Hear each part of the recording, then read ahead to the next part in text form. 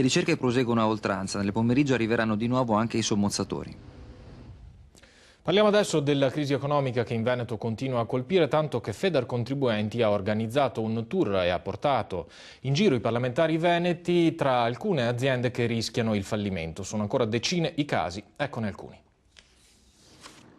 Piccolo e bello, e chi lo dice più?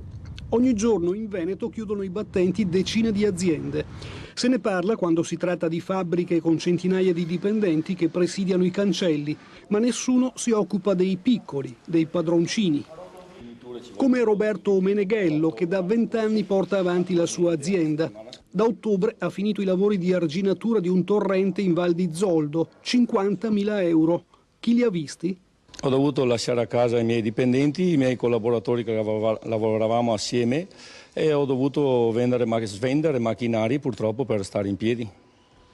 Ferragosto alle spalle di poche ore. Federcontribuenti si è presa la briga di caricare sul pulmino alcuni parlamentari per far toccare con mano la crisi delle imprese, strangolate da banche e crediti che non arrivano all'incasso. Ne parla Moreno Dal Pian, che in attesa dei pagamenti del servizio di trasporto per comuni e ULS vicentini si vede bloccare tutte le linee di credito per un'esposizione di poche centinaia di euro. Se le cose non cambiano in fretta, quanti in Veneto saranno costretti ad alzare bandiera bianca nei prossimi mesi?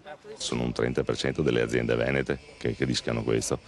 Quello che chiediamo noi ai parlamentari è di fare qualche cosa anche per loro.